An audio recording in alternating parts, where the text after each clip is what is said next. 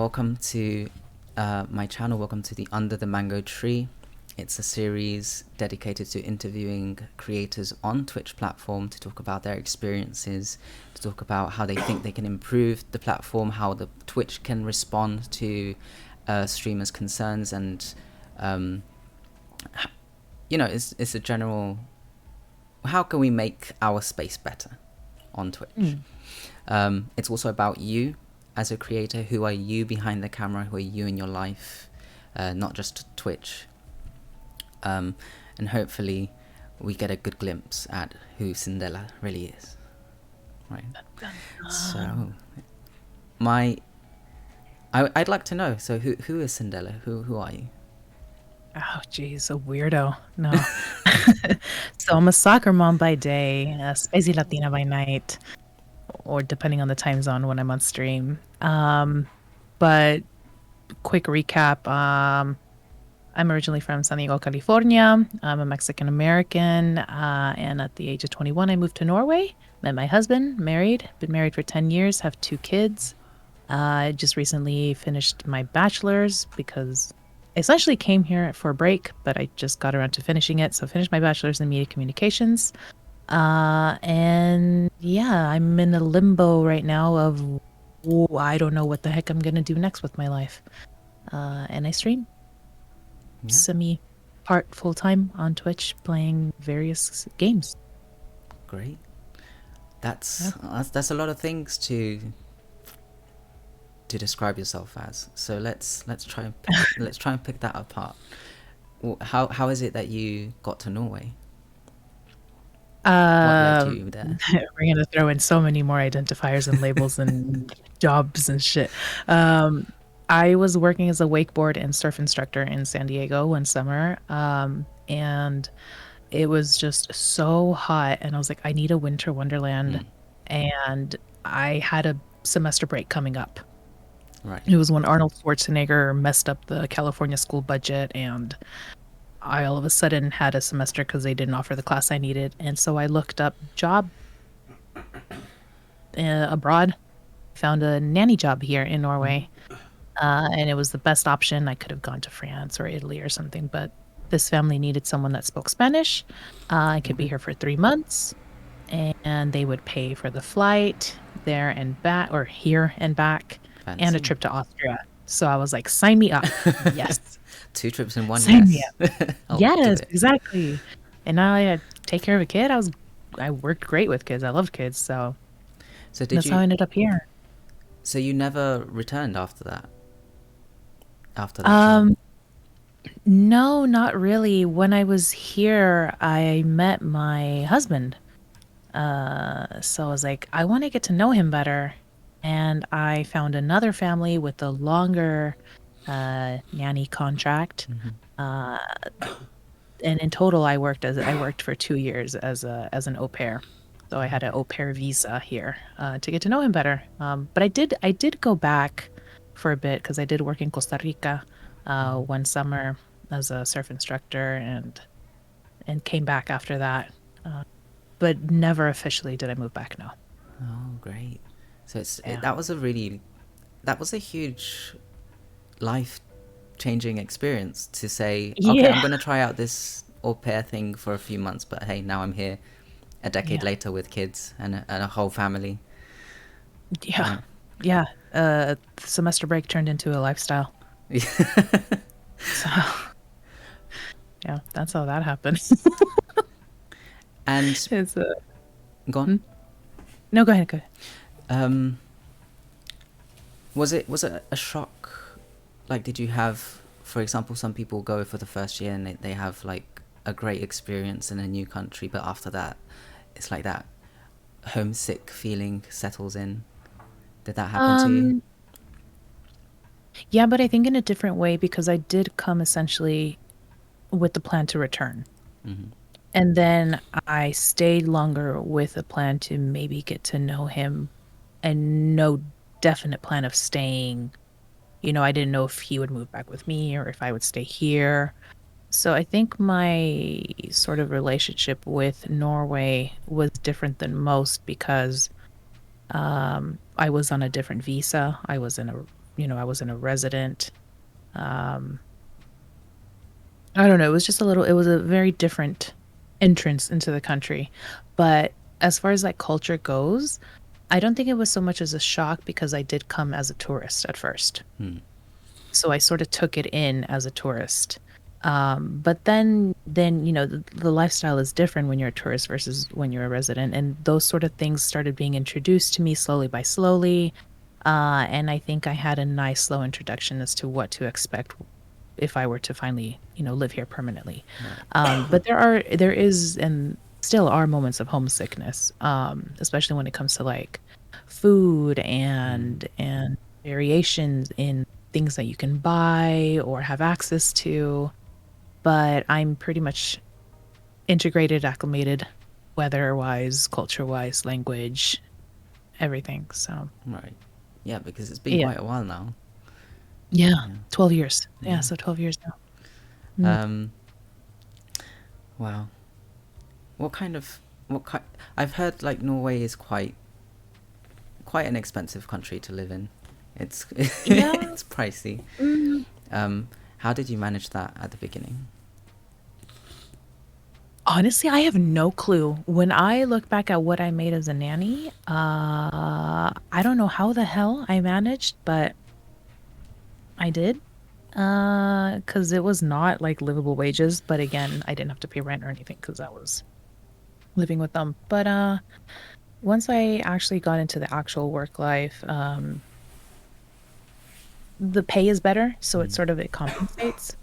Uh, but you still can't help but compare. Right. Even 12 years after being here, I'm like, a beer costs what? Excuse me? Like you still compare to American prices. But it evens out, I think. It evens out. Yeah, you just hear about the comparison prices, and especially when it comes to like gas or whatever, it's just like skyrocket high compared to other places. But wages are nice. Let's go back to your family, if you don't mind. Hi, Swish. Speaking of family, that's my husband. Hi, husband. How would you describe your family? It's me, my husband, and my 2 kids. Little half Aztec Viking crotch goblins. My husband is my best friend, my partner, and we have a great relationship. So we're really happy, and I'm very, very blessed to have amazing in-laws that support me and everything. So I was blessed. I was blessed with that because you always hear the story of the evil mother-in-law. I didn't get that, luckily. My husband got that, but I didn't get that. Okay. Yeah. Do you think it was a challenge to integrate 2 very different cultures together? Yes. It is, and I see that more so now with my kids than anything. Not with my husband and I. He said no comment to that. Not so much with my husband and I because he was very open as to who I was and embraces everything that that I grew up with and love doing and cooking. He loves my cooking, and he thinks that the Mexican culture is something beautiful. The difficulties and the challenges when it comes to kids, however, well, one, the upbringing. I mean, I don't know how you as a Mexican were raised as well, but like it's different than your other not Mexican friends. Yeah. And I sort of have that same type of parenting as well. It's a little bit more strict. It's a little bit more, I guess you can say, harsher in the eyes of someone else. I don't hit my kids. Just make that clear. I do not use the chancla on my kids. We don't condone the use of a chancla. I don't use the chancla on my kids, but I don't know. I'm a little bit tougher. I'm a little bit tougher. And then things like holidays, like Dia de los Muertos, Day of the Dead. That's been a topic for my kids in daycare. And he's like, my grandparents are going to visit me on the Day of the Dead, and they're dead. And they're just like, what? What do you mean? What do you mean, little child? So those are the only difficulties, I guess you can say, and finding ingredients for Yeah. dishes. Yeah. I So. think I think that's a challenge. It was a challenge recently here as well in London, but now we have Mexican markets to go to, so Oh, I it's a love that. Oh, blessing that's if you so can good. get that. Um, so as a would you call yourself Chicana, Mexican Yeah. American, Yeah, Chicana. Chicana, Well, I say Mexican American. It's the same thing as Chicana, but for those that don't understand the term, I just say Mexican, Mexican American. right? And so, what is it like to be Chicana in Norway, just in a general sense? Um, I think I just fall under the category of other. There's really no special category for Mexican American here. I'm just other. Even though I am a citizen, Mm-hmm. uh, I don't. I think now, maybe not so much now anymore. Now Norway has been a little bit more open with accepting that anybody can be Norwegian. But when I first got here 12 years ago, there's been a huge change since then. Um, I sort of felt that sort of like distance with not wanting to talk to me, or that slow talk where they speak very slowly so you can understand them. I felt that sort of difference. Now, not so much. But maybe because people recognize me. I don't know. Um, but I don't know. I've always been an other, I guess you can say. Yeah. We talked about this right before stream, even in California. Um, for the Americans, I'm too Mexican. For the Mexicans, I'm too American.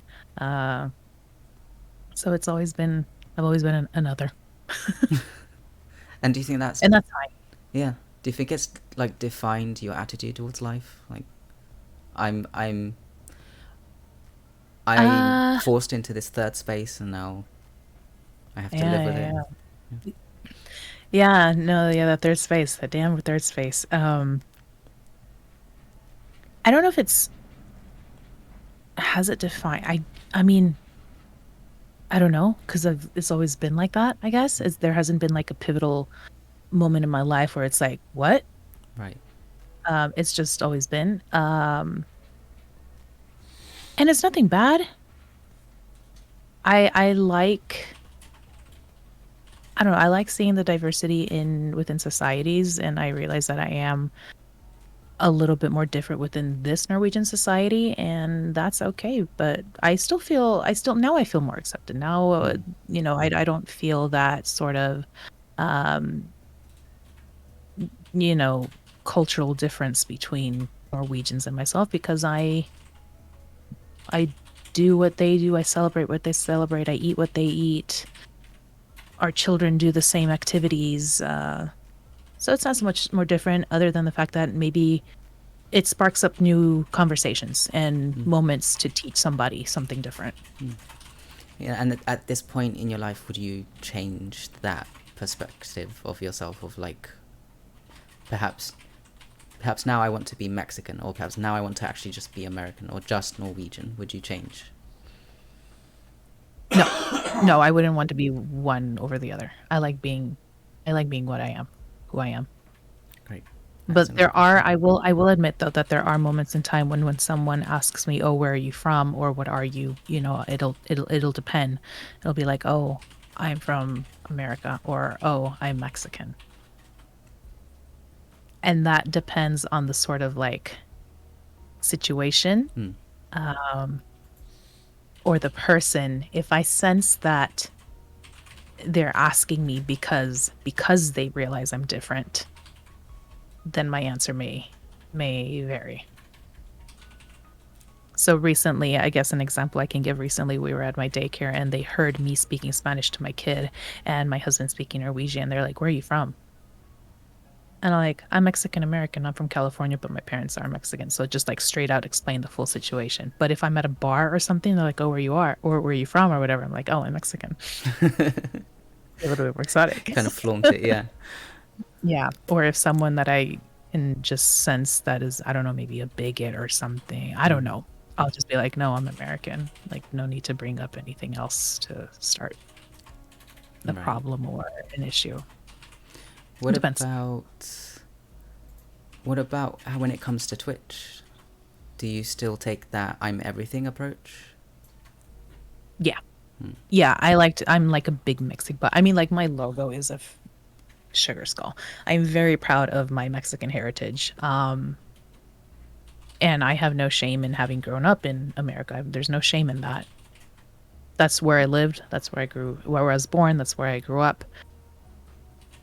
But I grew up, you know, I have like the Mexican blood in me. I grew up with the Mexican upbringing, the Mexican language. And that is very, very obvious in everything that I do within like my Mm, daily life at home and with my family. So I'm proud. I'm proud of everything.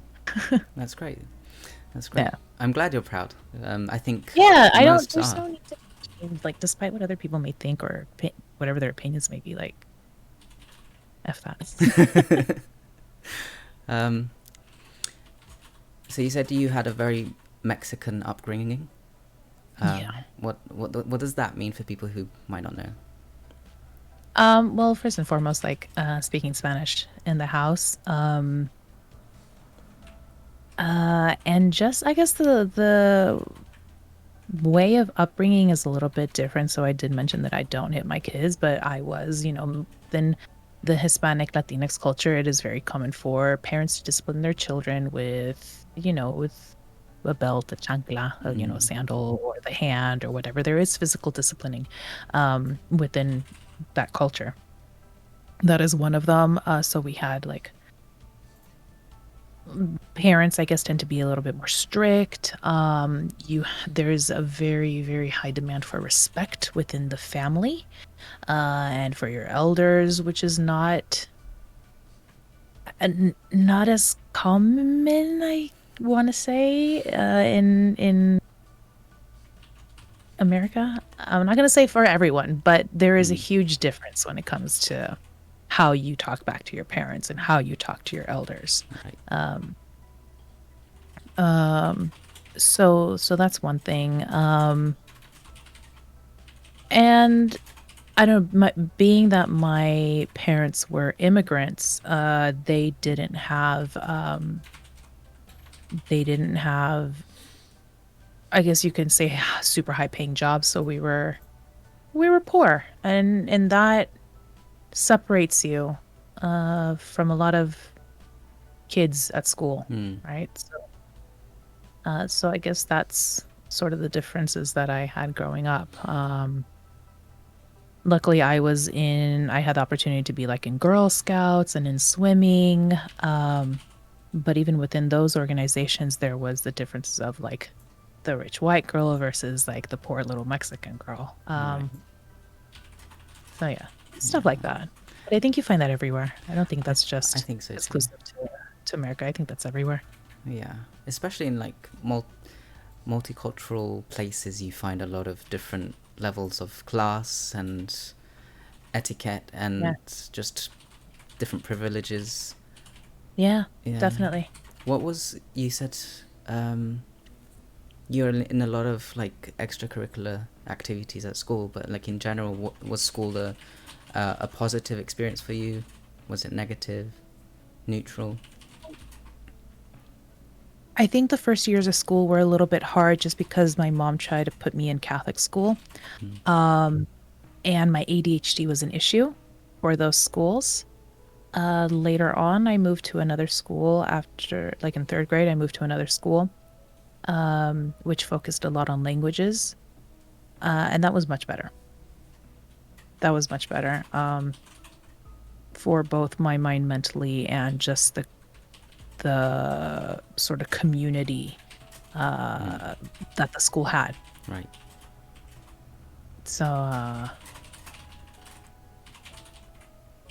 yeah, yeah. Yeah. Yeah. I have stories about. Well, my mother told me a lot of stories about Catholic church Mm. upbringing. So, and you can imagine what it was like 50 years ago. That's a whole different story. Yeah. So my Catholic, how old was I? 6, so like 27-ish years, 27 years ago. Oh my God, 27 years ago. Yeah. 27 years ago, there was still like the ruler smacking Mm. back then. Yeah. Yeah, Oh it's yeah, tough. my mom did not like that. Funnily enough, she didn't fucking like someone, sorry, she didn't like someone else hitting their child, but she was okay with it. Mm. So you mentioned as well ADHD. Mhm. Mm. Do you think that's influenced you? Well, let me rephrase that. How long has that influenced you for? The knowledge Um, of dealing with my ADHD. whole my whole life actually. So I was, like I mentioned, at Catholic school. It was an issue because they saw me as a trouble child. Anyone with ADHD was a trouble child because, I couldn't sit still. My attention wasn't there, so I was very easily distracted. And that always made me made me even more different than I already was. And I would be punished. Uh, once they took my desk and they put it in the gym by myself in like the basketball court in the middle by myself because I couldn't pay attention in class. Um, and that affected me. Sorry. That affected me since then just because I was treated differently, so I felt different. Um, and later on, a few years later, then my mom got me diagnosed and they told her, yeah, she has ADHD, put her in something that could help her focus her mind. So put her in something like karate or any sort of martial arts, piano, or sports like swimming. And she put me in sports. She put me in swimming. And so my ADHD led me to being a competitive swimmer. I did competitive swimming for 13 years. And that was really good because, when you're swimming, you're within your mind. You don't have anybody to talk to, and you have to concentrate on what you're doing or you're going to drown. Um, and I don't know, I guess I had to continue finding like sort of coping mechanisms for myself. Mm-hmm. Sadly enough, like my parents didn't have the resources, or they weren't offered the resources to help a child with ADHD apart from Ritalin, which they refused, thankfully enough. So it's just always been struggling to find my own ways to cope, like listening to music while I study, um, using lists to help myself remember things or keep focused. And that's just sort of just come with experience. And where And would? it has affected. Yeah. Sorry, go ahead. No, it's okay. And where is that? Where has that led you now? How do you deal with the topic of neurodivergency? How do you talk about it to people? Um, I just sort of, I just talk about my experiences. And now I'm having to deal with it as a mother because I see the same things in my child. Um, so because I had my own upbringing as an experience and I realize now the things that I was missing, I seek those things for my kid, Hmm. which is very helpful. And luckily enough, the system here takes very, very good care of their children, and we have a whole team behind my son to help him from daycare. That they're starting, this started in daycare. He started getting help for this, and they're doing it in a way that's very like inclusive, without making him feel. Trying not to make him feel isolated. Trying not to make him feel like that different kid. So if they're working with him, they include other kids. Um, so I really like that. I love the progress that the neurodivergent studies has had. Yeah, and it's something that both my husband as a family we deal with on a daily, and we have to explain it to people sometimes because we have to explain like, oh, my son is a little bit is this way because I see it in myself, and we talk about that sort of thing, and we clear sort of those like common misconceptions that people have that like ADHD means, oh, look, a butterfly, which it's not. It's like, oh, look, a butterfly just passed the tree that has 3 birds, that has 2 eggs, that is right over the blue card in front of the green card, and 5 minutes ago it was a brown card. Like there's much more to it, and people don't realize that. Do you Do you get tired of explaining? Do I get tired of explaining? Um, Sometimes it is annoying to clear up those, like I said, those common misconceptions. But other times, it is nice to be able to teach somebody something a little bit different and explain it to them in a way that they're like, "Oh, really?" And then they sort of have a better understanding of kids like my own or others like him. So I like that. I like being able to change someone's perspective on the issue. Not an issue, on the topic. Right. Yeah. Right. I'm glad you said that. It's not an issue. No, it's my superpower, honestly. And how does ADHD translate into your everyday streaming and your I content can creation keep journey? talking forever. I can keep talking forever. So, because of that, I can jump from topic to topic, and I can keep up with more than 2 to 3 things in my chat at a time. My creativity bounces from here to there, and sometimes I have way too many ideas, and sometimes I'm super hyper fixated on one. So I don't know, it varies. That's why I'm a variety streamer. You have to be on brand. Yeah, I'm definitely on brand. Yeah. Talking about streaming, how long have you been streaming now? A little over a year. Oh wow! A little over a Oh, year. you're new. You're technically a baby. Yeah, I'm a 1-year-old.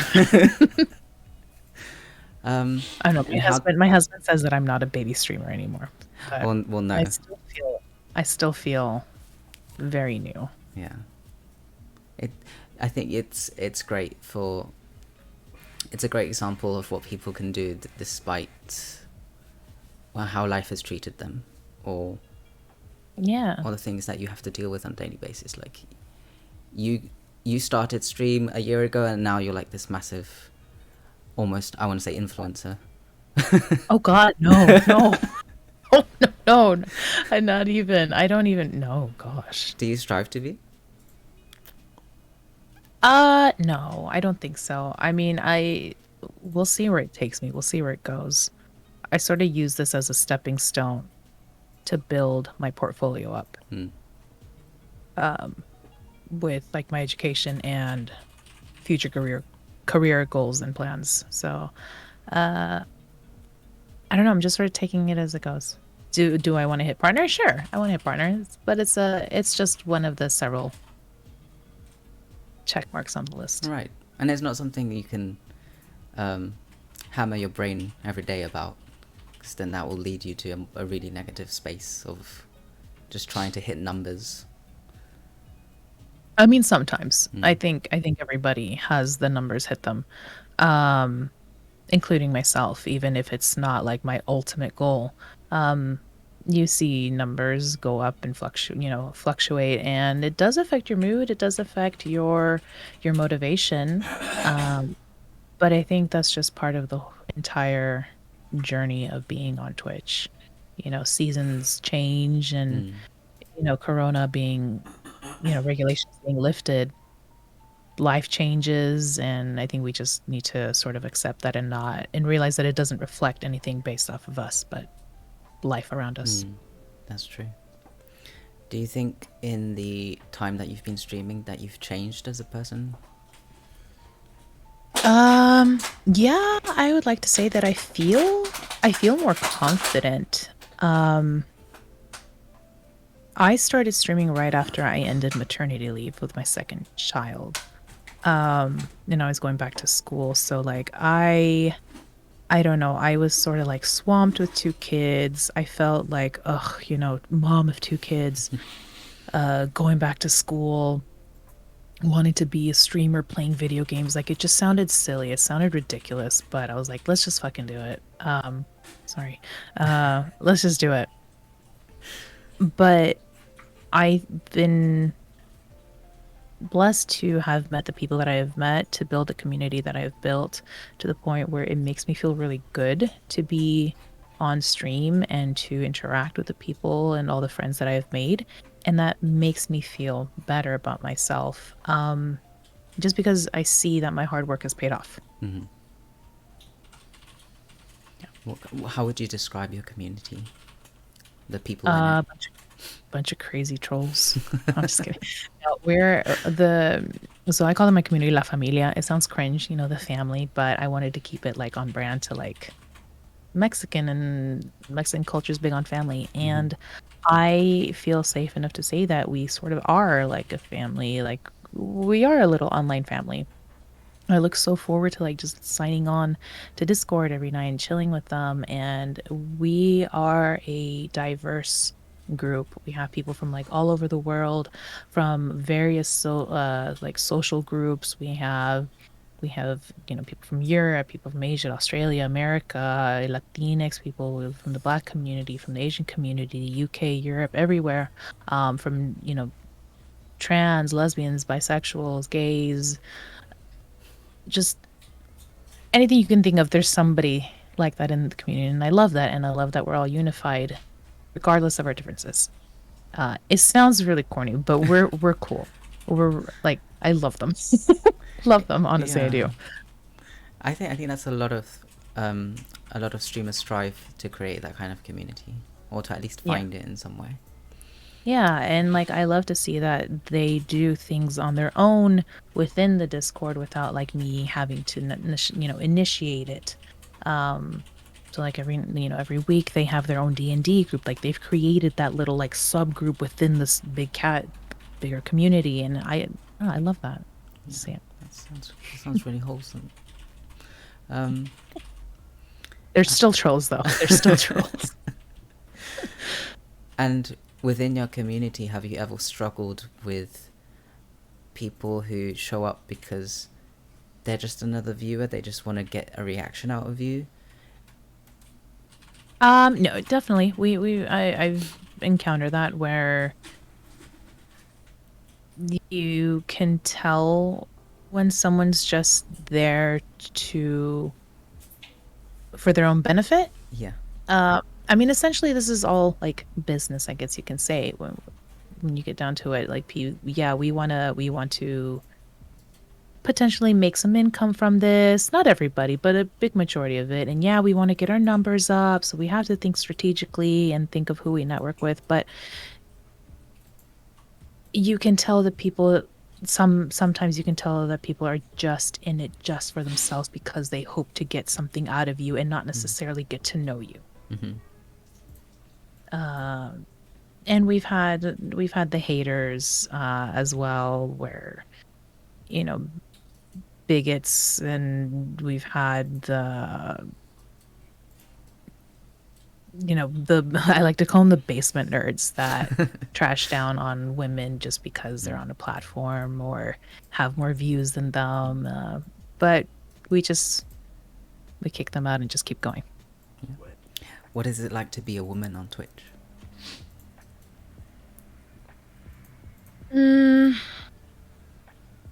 So I'm gonna say that I've been lucky enough to not have so many like misogynistic experiences on Twitch.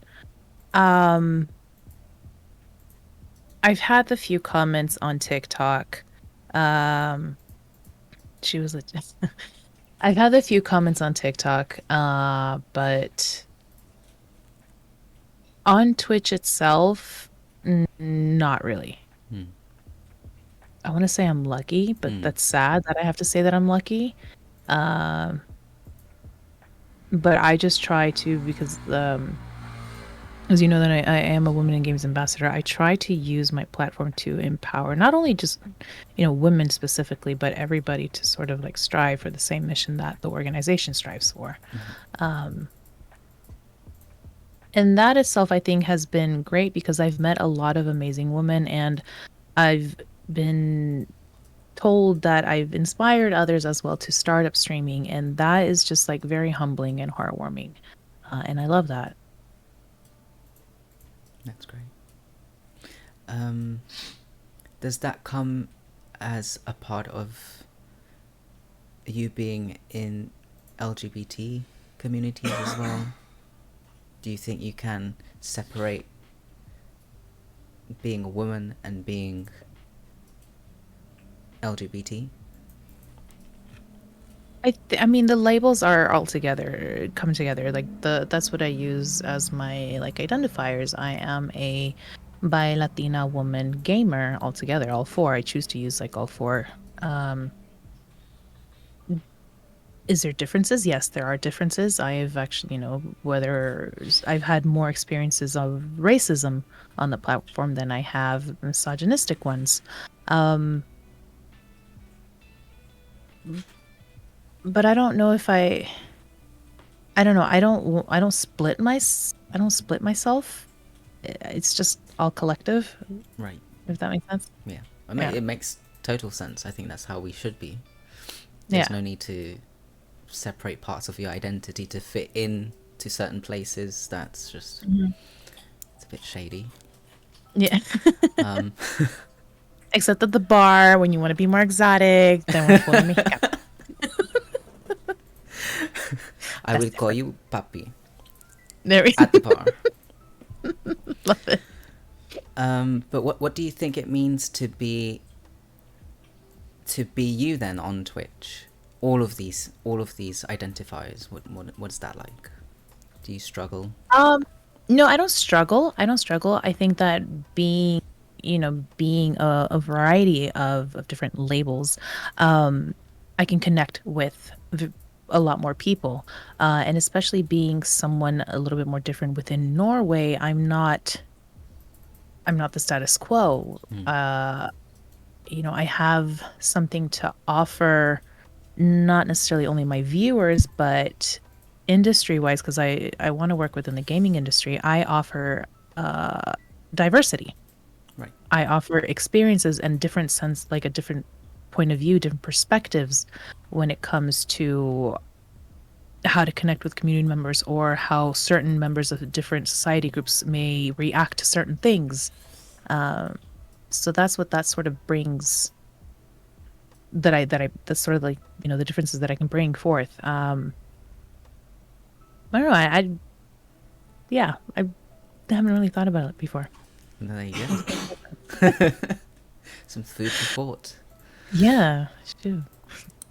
So you want to pursue a career in the gaming industry? Anything specifically?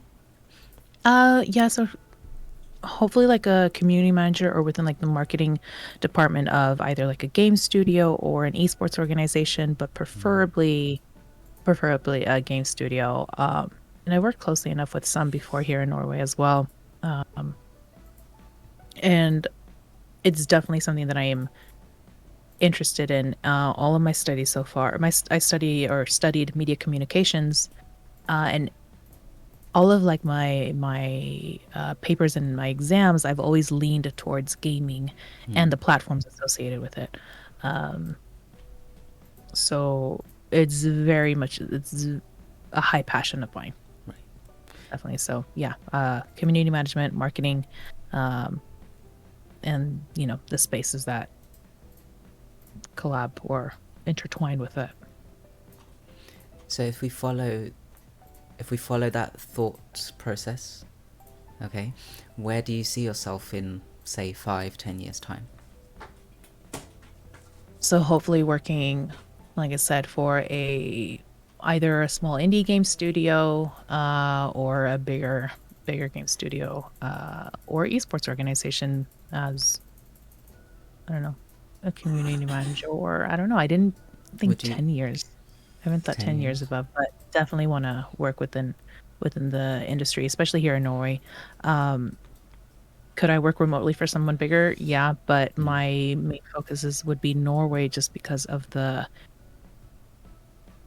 huge difference between women and males within the industry. So out of everybody that works within the gaming industry here in Norway, only 20% of them are women. And that number is like shocking. It's the biggest difference out of all the industries here in Norway, and I want to help change that. Right. And there's so many Norwegian game studios that have made just amazing, impactful games that I don't know, I want to have a connection with them. I want to do something with it. So I don't know, I'm very passionate about that. That's where I see myself, hopefully working with a game studio that can push forward these games that can help, I don't know, spark conversation, change perspectives within society and the members of society. And creating that bigger space for other types of people to come in. Exactly. Yeah. Yeah, and not only that, to bring the people, but to push gaming out towards different within other industries, within like the education sector as well. Um, that is something that is high interest and has been, sort of advancing or progressing here in Norway, where they're bringing gaming into education, and I think it's very, very beneficial. So I want to have something to do with that as well, work with that or towards that. From my perspective, you seem quite knowledgeable about the market, the community regarding these topics. Mm. If you could give someone else advice on how to enter, how to start off their career, what advice would you give? Um, don't just focus like if on my experience here and my goals. Don't just focus on Twitch, don't just focus on TikTok, but go into like actual like esports organizations or groups such as Women in Games, for example, and join those communities. So that's how I got a job as a content creator for a game studio, right? I joined the Women's in Games Discord. I met the CEO. I network. I did a bunch of joined virtual conferences, virtual esports festivals, and just meeting people within the industry, not just other content creators like myself on this platform, but within the actual business industrial side of it. Branch yourself out. You'll meet amazing people with the same interests and passions as you. Um, and take a shot at everything, because like the worst thing is that they'll say no, but you never know, one day they'll be like, yeah, we need someone to make TikToks for us this summer based on our game, and you're gonna get paid playing a game and making TikToks off of it. Yeah. So branch yourself out. Yeah. As small as an opportunity it might seem, just take it, right? Yeah, honestly. I think something that we tend to do is as human beings, we tend to look back and be like, oh my gosh, why didn't I know this sooner? Why didn't I do this sooner? Yeah.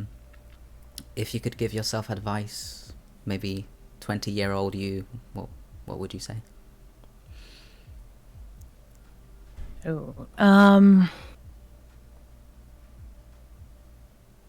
don't know. I think things happen for a reason, so I don't know if I would change anything or tell my younger self to change anything, but I think I would probably introduce gaming to myself a little bit younger and change that sort of ignorance that I had where gaming was a waste of time, because that's what I grew up hearing from my family. Gaming is a waste of time. It's better to be outdoors, doing sports or whatever. And changing that perspective that like online connections weren't real.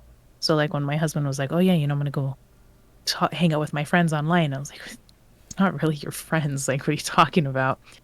I would definitely tell my 20-year-old self to change that perspective, that ignorant mentality of that, and be a little bit more open to it. Maybe introduce myself to this sort of world from an earlier start. Great. I think that's a great answer to give. Definitely, if it's from a perspective of ignorance and telling yourself, yeah, let's change this. Go ahead. No, I was just reading one of the comments that it's better learning to do things outdoors. And that like Seku said, aged poorly in the past couple of years. It definitely did, because look at all of us were very much online these past couple of years. That's a great actually a very good topic, because that's where most of us, I think, if you go to a lot of Twitch creators now, a lot of them Mm. started during the lockdowns. Yeah. Yeah. Hi. Yeah. How did you start? How did you come to that conclusion that, oh, I don't, lockdown's happening, I'm gonna stream? It wasn't so much lockdown is happening, I'm gonna stream. It was lockdown is happening, I'm gonna game. And that and with my studies, I started realizing that I can combine my passion with a hobby that I loved. And that's how I connected the two. And that led me to meet people based on my studies, because I needed to reach out and do research and whatnot. That led me to meet people that led me to meet a partner on Twitch. I was like, what is Twitch? I had no idea what Twitch was like last January. No idea what Twitch was. Apparently I had a Twitch account, but I didn't know it. And that's sort of what led me onto this path. But it wasn't necessarily lockdown Twitch. It was just lockdown, hobbies, school, and then that sort of dwindled to where we are now. Okay. So it was more of a natural progression for you. You just got... Yeah, it was literally, it was finding the X on the map and seeing the path that I needed to take to get there. That's what that was for me. What are you most grateful for in your life? Oh, it sounds cliche, but my family. Honestly, my family, my husband and my kids. Why is that? My husband, because he came in at a very like pivotal change in my life, like during a moment of big change where I moved to different countries, and sort of helped me reestablish myself and set new roots down. And then my kids, just because I can't explain I don't have enough words to explain the love that I have as a mother towards my kids, but they have definitely like made me and Swish a lot stronger and better people. Do you follow any beliefs, any religion? No, not anymore. I used to. I was Catholic for many years, but I pulled away from that. I pulled away from the church altogether. Do I think religions are beautiful? In some sense, yes, and in some sense, they're horrifying. But no, I don't follow anything. How would you describe your personal beliefs, regardless of religion?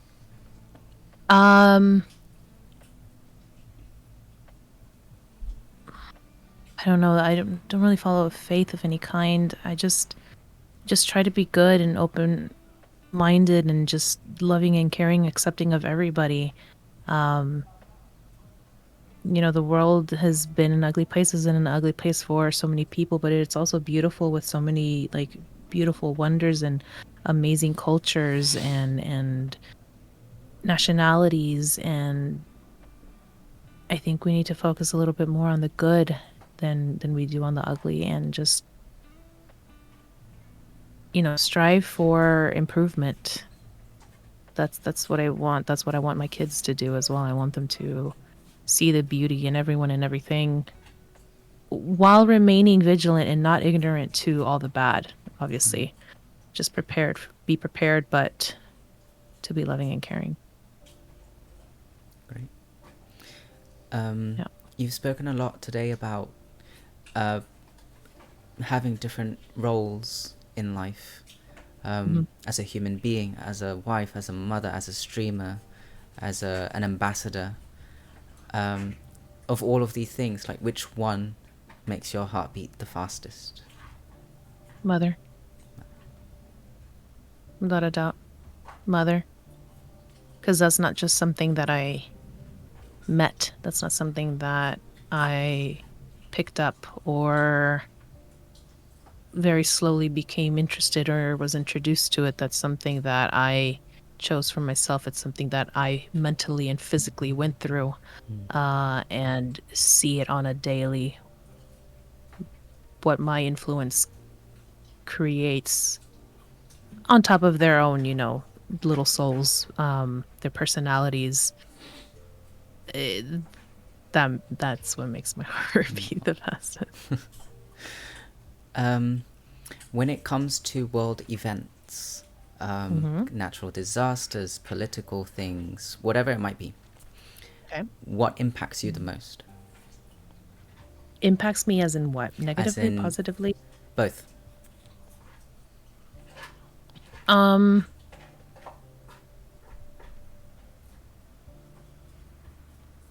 I would probably say what impacts me the most is anything that affects children, where children are involved. My heart aches more. That's definitely one. Yeah, if there's any sort of tragic event that includes kids, that gets me the worst. And the opposite, what about for positive effect? Events that are positive, Yeah. I guess the celebration of humanity, the celebration of life. You know, you see, or even, you know, like events such as like Dia de los Muertos. You see the huge parades in Mexico. Yes, it's based on the death, but it's a celebration of the life that people have had, the connections that we have made. Holy, which is like, you know, it's just a beautiful celebration of life as well. So that sort of thing that brings events that bring people together, where our differences play no role in that celebratory moment. I love that. If you were in charge of Twitch for a day, what would you change? That sub, that 50-50 revenue split. Why that specifically? Because yo girl need to make some coin. That's like, no, I would put some more. I would definitely that's a serious but like silly answer, but no, I would definitely want to see like more diversity on the front page. Do more research on who should be up there, and utilize that to not just bring more numbers to the platform, but to create more connections within the members of the communities. Great. How would someone get your special attention on Twitch?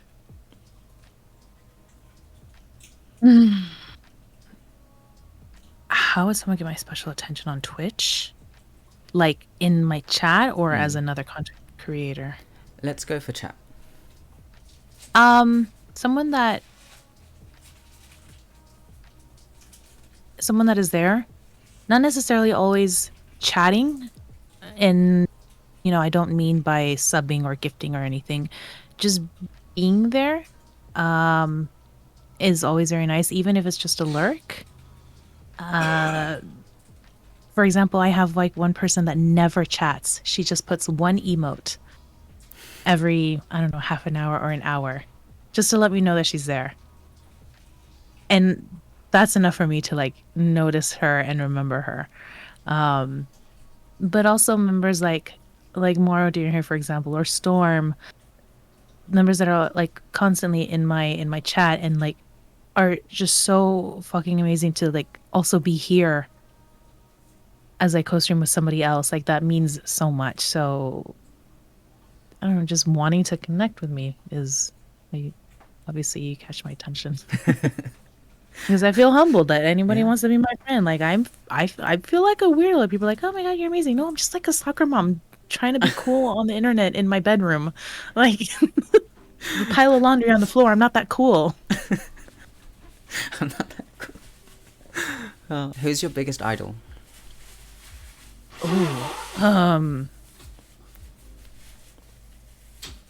My biggest idol. Jeez, I don't really follow or look up to anyone in particular. Or your biggest influence? Probably. Or maybe not an idol, but someone that really influences you a lot. This is gonna sound bad, but my mother, in the sense of what I don't want to do or be, she influences me to be the opposite. Yeah, no, that's a great thing to consider. Yeah, so that's one. But I have so many friends, so amazing like friends on this platform that I am influenced by, um, as well as within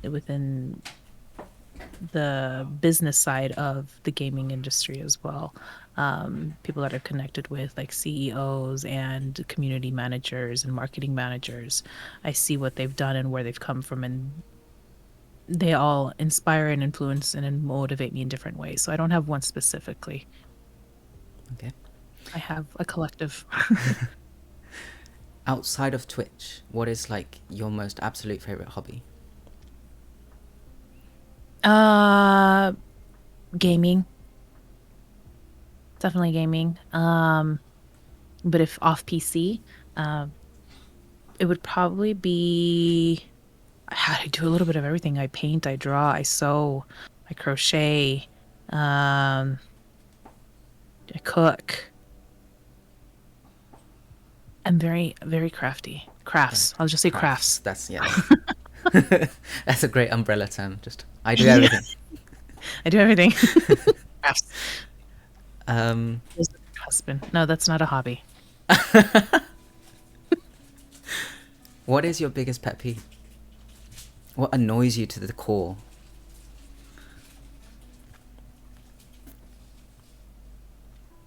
Oh, lots of things. Ignorance. Ignorance. And not like innocent ignorance, but like blatant ignorance where they choose not to change. That just annoys the hell out of me, where you choose to be this way and choose to believe the things you do despite progress within society and facts, and that annoys the heck out of me. Yeah. And she's multi-talented. Her chat. Apparently your chat annoys you the most. I like that. No. Hi, dark. And I think we should finish off with a reflection on your part of everything that we've discussed today. Mm-hmm. It's what is your biggest takeaway? What have you learned from yourself after everything you've said? I think the one that I thought of the most while answering was what I could offer based off of my identity. My own like self-identity development within these past few years, what that has progressed to, and what that could then potentially, how that could benefit me as well as others. Mm-hmm. I think that was like the biggest thing that I got out of this. Because I knew what I identified as. I knew who I was, but I hadn't really thought so much about how it could benefit somebody else. Yeah. Yeah, great. Well, geez, okay. Mango, do we know you the most? Sometimes. Sometimes. Mm-hmm. So this has been the one-to-one segment of the interview with Sind3lla. Thank you so much for giving your time to just talk about everything and be very open and honest. Yeah. Yeah. Thanks for having me. Yeah. Thanks for inviting me. Of course, thank you.